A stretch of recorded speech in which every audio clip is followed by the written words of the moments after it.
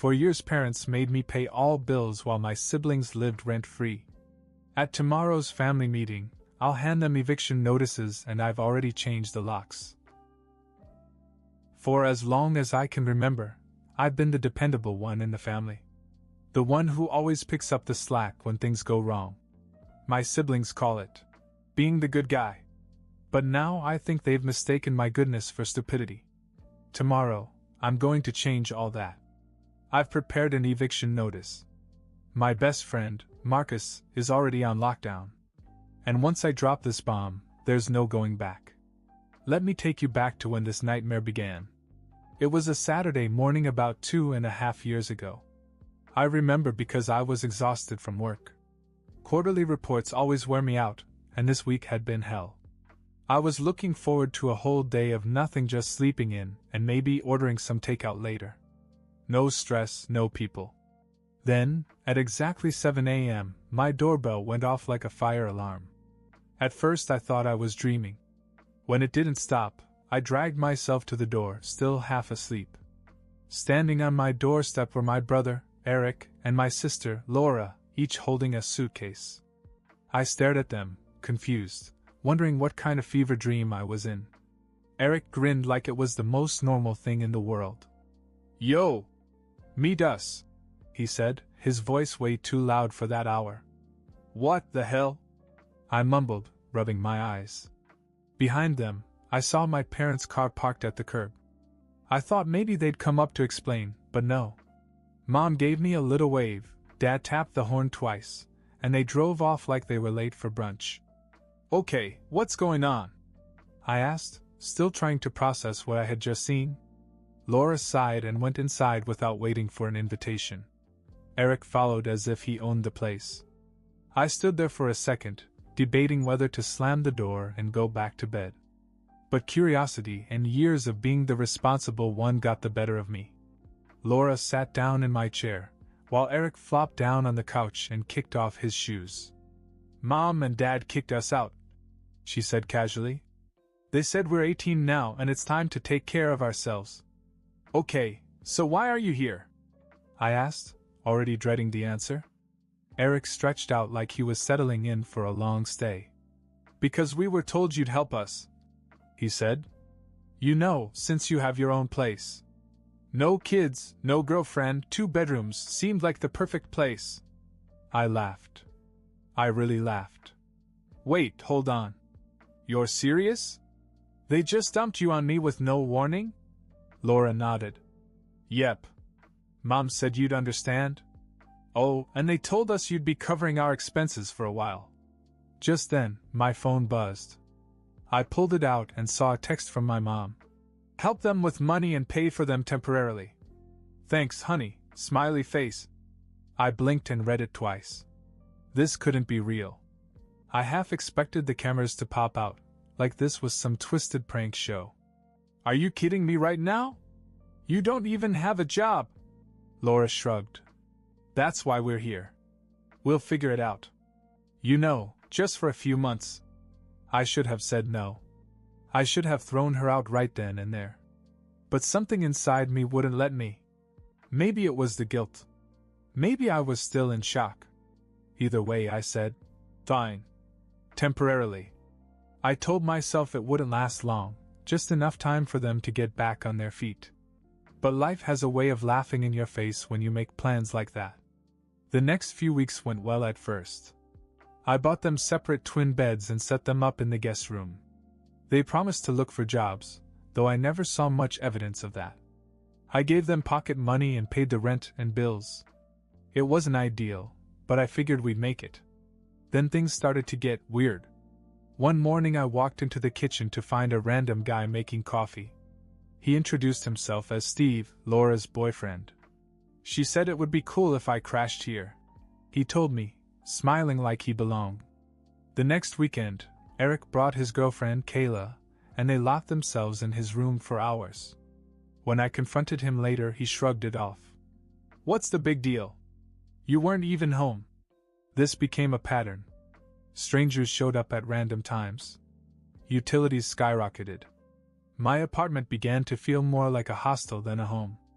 Every time I tried to talk to them, they brushed me off or made me feel guilty. Come on, Mike, your family. Don't be such a hard ass. The worst part was how my parents acted like I was overreacting when I called for help. You're her older brother, my mom would say. You're supposed to take care of them. They'll get it together soon. Soon turned into 28 months. 28. Damn. Months. And every single day of those 28 months drained my patience. So tomorrow I'm ending it. Forever.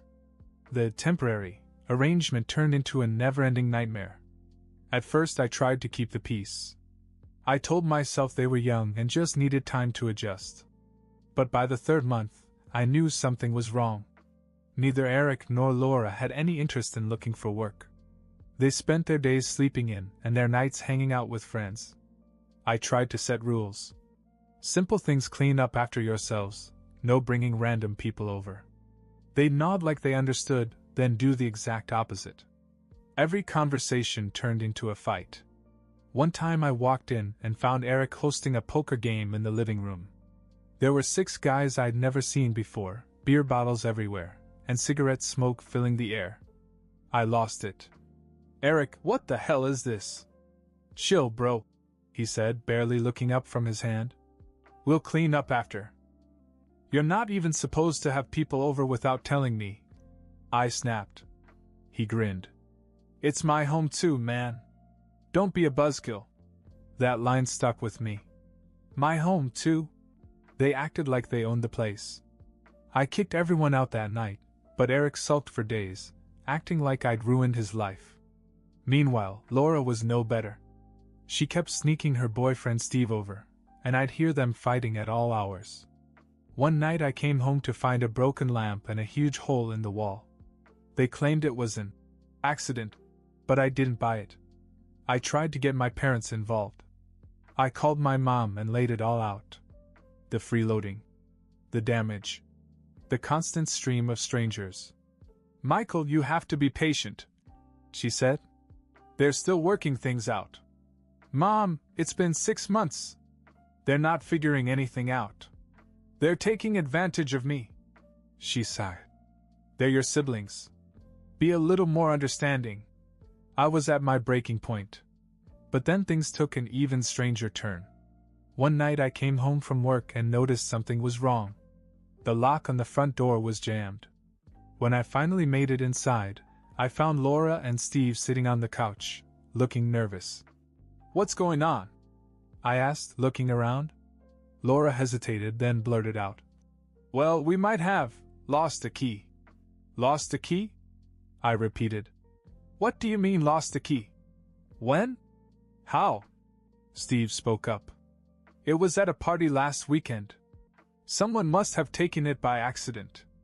A cold shiver ran down my spine. You gave someone a key to my apartment? No. Not exactly. Laura stammered. We maybe had some people over and left the key on the counter. It must have disappeared. I couldn't believe what I was hearing. For the next week, I was paranoid every time I came home. I had no idea who had access to my apartment. I finally had to change the locks, which cost me another couple $100. After that, I started planning my escape. I wasn't just dealing with freeloaders anymore, I was living in chaos. But I had a problem. I couldn't get them to leave. Every time I brought up the idea of leaving, they'd laugh it off. Oh, come on, Mike. You know we're not ready for that. I was stuck. Until an opportunity dropped into my lap. One day, Eric casually mentioned that he and Laura wanted a place of their own. Something bigger than this, he said, as if my apartment wasn't good enough for them. An idea flashed through my head. I played it cool. You know, I've been thinking about upgrading myself. I might even have a solution for you. They perked up immediately. What kind of solution? Laura asked. A surprise, I said with a grin. You'll find out soon enough. They were intrigued, and for the next few days they kept asking me what I had planned. I was vague, telling them I was working on something big. In reality, I had a plan to finally get them out. I told them to pack their things because I was going to give them their own place. They didn't believe me at first, but when I kept up the act, they bought it. Saturday morning, we loaded up the car and drove to our parents' house. All the way there, Eric was hyped. Man, I can't wait to see this place. You really came through for us, Mike. Oh, trust me, I said. You're going to love it. We pulled up to the house and that's when reality hit them. They saw Mom and Dad waiting on the porch. Laura frowned. Wait, what's going on? This isn't the new house. I parked and turned to face them. You're right. It isn't. This is where you'll be staying from now on. I'm done. They both froze. Eric was the first to speak. What do you mean done? You can't just dash. I already did. I cut him off. While we were driving here, Marcus changed the locks on my apartment. You're not coming back. For the first time in over 2 years, they were speechless. But I wasn't done yet. Go talk to Mom and Dad, I said. You have a new home now. You can freeload off them instead. I got out of the car and started unloading their things. As I put the last suitcase on the porch, something unexpected happened. My mom pulled me aside and whispered, Michael, we need to talk, there's something you're not telling me. Mom pulled me aside, her face unusually serious. Michael, before you leave, there's something I need to tell you. I glanced back at Eric and Laura, who were still standing by the car, shell-shocked. I wasn't in the mood for any more drama, but Mom's tone caught my attention. What is it? I asked, keeping my voice low. She hesitated, then said, Your father and I didn't just kick them out because they were 18. We had reasons. Reasons? I repeated. Like what? They told me you just threw them out without warning. Mom shook her head. They didn't tell you the full story, did they? I crossed my arms. No. And I've been footing the bill for their lives for the past 2 years, so maybe you should fill me in now. She glanced nervously at the front door, then lowered her voice. They were causing serious problems at the house, Michael. It wasn't just laziness. Eric was caught stealing from your father's business, and Laura was sneaking strangers in at night. It got to the point where your dad nearly filed a police report on Eric. I blinked, stunned. Wait, what? They never said a word about that. Of course not, she sighed. They've always depended on you to clean up their messes. You've been the safety net for them, and honestly, your dad and I let that happen. We figured you'd take care of things, like you always do. I clenched my jaw, feeling a mix of anger and betrayal. I had put up with so much crap from them. Broken furniture, random people in my apartment, skyrocketing bills, and now I found out they'd pulled similar stunts back at home. And worse, my parents had just dumped them on me without even telling me why. They stole from Dad? I asked again, still processing. Mom nodded. Eric claimed it was a loan and promised to pay it back, but that never happened. And Laura, well, let's just say we had more than one late-night visit from angry strangers looking for her. Great. So not only were they freeloaders, but they also had a history of shady behavior I hadn't known about. No wonder they had treated my place like a revolving door. I took a deep breath. Why didn't you warn me? I could have handled this so much differently if I'd known. Mom looked guilty. I thought they'd behave better with you. I thought maybe you could set them straight. Clearly, I was wrong. Yeah, you were, I said, shaking my head. I was beyond pissed now. All those months of second chances and compromises, what a waste. I turned and walked back toward the car. Eric was leaning against the hood, looking annoyed. Laura had her arms crossed, glaring at me like I just ruined her life. This is bullshit, Eric muttered. We can't stay here. Mom and Dad don't want us around either. I laughed bitterly. Yeah, I wonder why. Maybe it's because you stole from Dad and Laura brought a circus of strangers into the house. Their eyes widened in shock. Laura stammered. How did? Mom just told me everything, I said, cutting her off. You lied to me. For years. And you think I'm the bad guy here? You're lucky I didn't kick you out a long time ago. Eric's face turned red. That's not fair. You don't know what it was like living with them. Dad was always on my case. I didn't have a choice. Yeah, you did, I snapped. You had a choice to get your act together, but instead you brought your crap to my doorstep. Well, guess what? I'm done being your fallback plan. I could see the panic setting in now. Laura looked at Mom, hoping for backup, but Mom just shook her head. Don't look at me, she said. Michael's right. You need to take responsibility for your own lives. Eric tried one last angle. Come on, Mike. We're family. You can't just abandon us. I stared him down. Family doesn't treat each other like this. You've been using me for years. So no, I'm not abandoning you. I'm finally setting boundaries. With that, I got in my car and drove off, leaving them standing there with their suitcases. For the first time in 2.5 years, I felt a weight lifting off my shoulders. But as I was driving away, my phone buzzed. It was a text from Marcus. Hey bro, I got the locks changed. But there's a small problem. Call me when you can. A problem? Just when I thought the day couldn't get more insane. After leaving my parents' house, I pulled into a quiet parking lot to call Marcus. He answered on the first ring. Yo, Mike, he said. So, we've got a situation. Okay, what now? I groaned. Did the locks not fit? No, the locks are fine, he said. But I wasn't the only one here today. Your neighbors saw me changing the locks and called the cops. They thought someone was breaking in.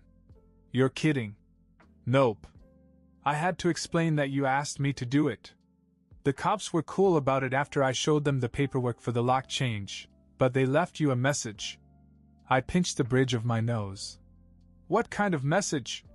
They said one of your tenants already tried to get back in. I froze. Tenant? Wait, Eric or Laura already came back? Nope. Some random dude. Said he was living there. What? I almost dropped the phone. Yeah, man. Apparently this guy was squatting in your place. Said your sister let him crash there a few weeks ago. I felt like my brain was short-circuiting. Are you serious? There's been a stranger living in my apartment, and I didn't even know it? Yup.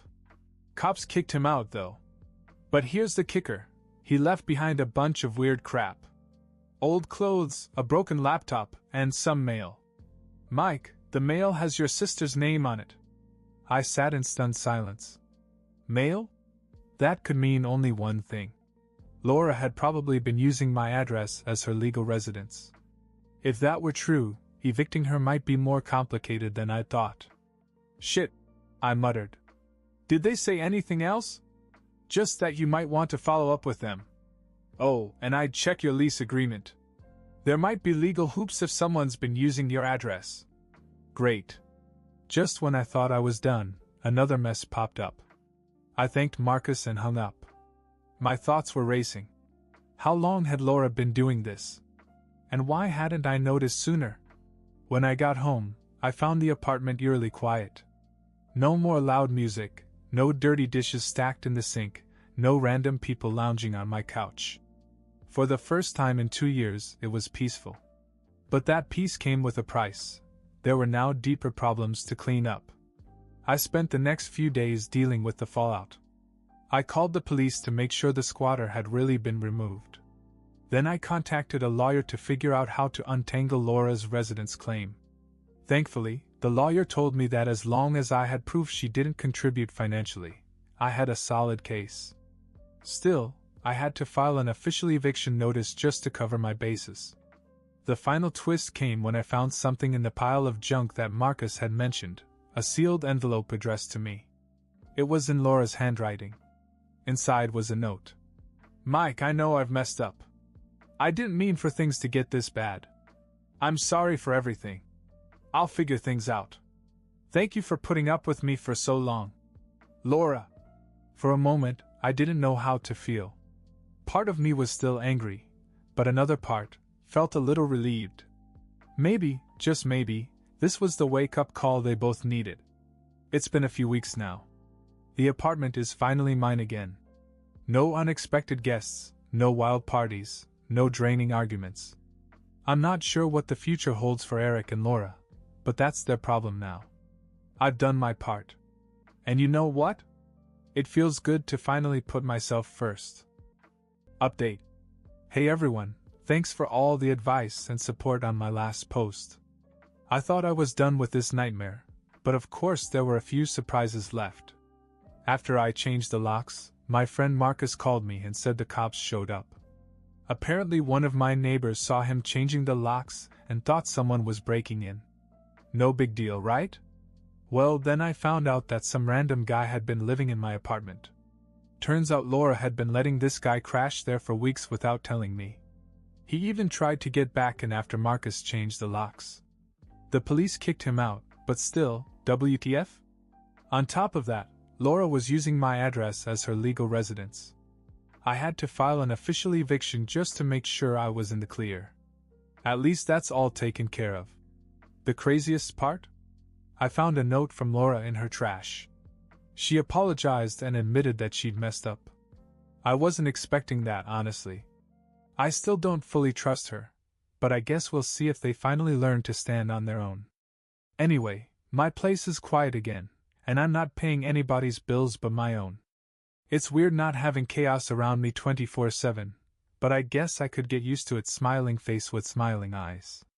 Thanks again, Reddit. You guys were right, sometimes you have to cut your family off to save yourself.